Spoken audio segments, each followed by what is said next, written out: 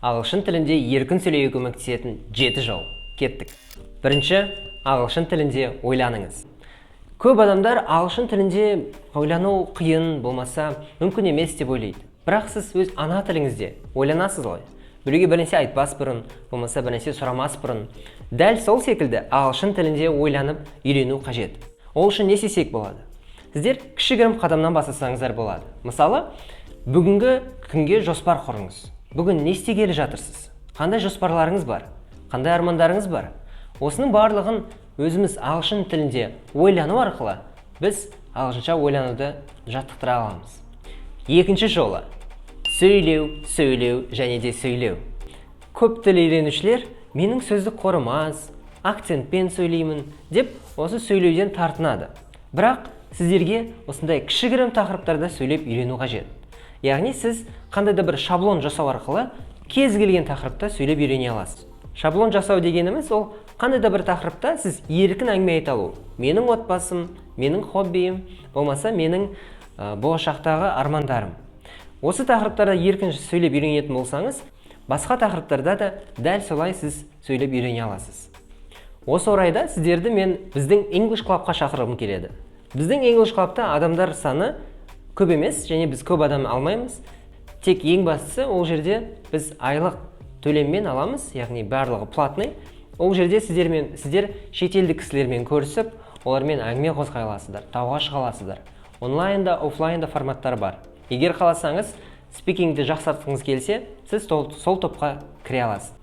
Описанияда сіздерге ссылка қалдырамын Telegram группаға, сол жерден сіз көбірек мәлімет ала аласыздар. Үшінші жолы талдау. Талдау дегеніміз сіз сөйлеп болған соң өзіңізге анализ жасаңыз. Қай жерде қателестіңіз? Қай жер қиын болды? Осылайша сіз өзіңіздің сөйлеу қарқыныңызды, мәнеріңізді, сөздік қорыңызды байыта аласыз. Әрдайым біреумен сөйлескен соң, болмаса мұғаліммен сөйлескен соң, талдау жасап тұрыңыз. Төртінші, тыңдау және оқу. Тыңдау және оқу өте маңызды рөл атқарады. Өйткені сіз еркін сөйлей алғыңыз келсе, сізге көп тыңдау қажет және оқу қажет. Сіз тыңдау арқылы әрбір сөздің, сөйлемнің, болмаса сұрақтарға қалай жауап беру керек екенін көре аласыз. Әртүрлі материалдарды оқу арқылы сіз жаңа сөз тіркестерін, жаңа сөздерді таба аласыз. Осылайша сіз өзіңіздің сөздік қорыңызды да байыта аласыз. Келесі жолы ол өз дауысыңызды жазып алу. Ұялы телефонға, диктофонға біз өзіміздің бір тақырып жайлы сөйлескенімізді жазып, оны қайта тыңдасақ болады. Тамаша техника. Сіз өзіңізді тыңдап көру арқылы көп қателіктеріңізді таба аласыз. Мысалы, қандай да бір сөзді дұрыс емес айтқан шығарсыз. Болмаса, дұрыс шақта айтқан шығарсыз. Болмаса, дұрыс емес шақта айтқан шығарсыз. Өз қателіктеріңізден жұмыс жасап, сөйлеу қарқыныңызды жақсарта аласыз. Сөздерді емес, фразаларды жаттаңыз.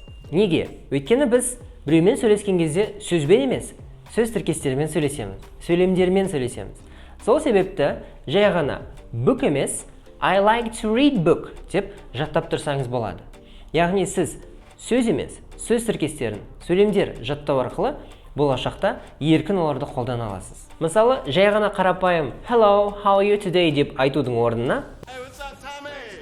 Who's that? How are you feeling today, Colonel? What's up, man? Hey, what's up? деп амандасып, қал жағдайын сұрай аласыз. Және соңғы жолы ләззат алу. Әрбір істі жасаған кезде сүйіспеншілікпен, шынайы ниетпен жасайтын болсаңыздар, сіздер нәтижеге қол жеткізесіздер. Ең бастысы, мұны көңілсіз, қиналып емес, қайта жақсы көріп, сіздер жымиып жасайтын болсаңыздар, сіздерге бұл нәтиже алып келеді. Ең бастысы, қиналып оқымаңыздар. Ұнамай ма, шаршадыңыздар ма, доғарыңыздар. Ал егер ұнайтын, қызықты етуді жоспарласаңыздар, онда сізге не ұнайды, соны оқыңыз. Сізге не ұнайды, соны көріңіз. Ән тыңдаңыз, әндер жаттаңыз, жаңылтпаштар жаттаңыз, өлеңдер жаттаңыз, интервью қараңыз. Ең бастысы, сіздің сөйлеп және ағылшын тілін үйрену барысында осы процестің барлығын ең қызықты жолмен жасайтын болсаңыз, сіз тек қана ағылшын тілінде үйреніп, еркін сөйлеп қана қоймай, одан барынша ләззат аласыз. Келесі видеода көріскенше.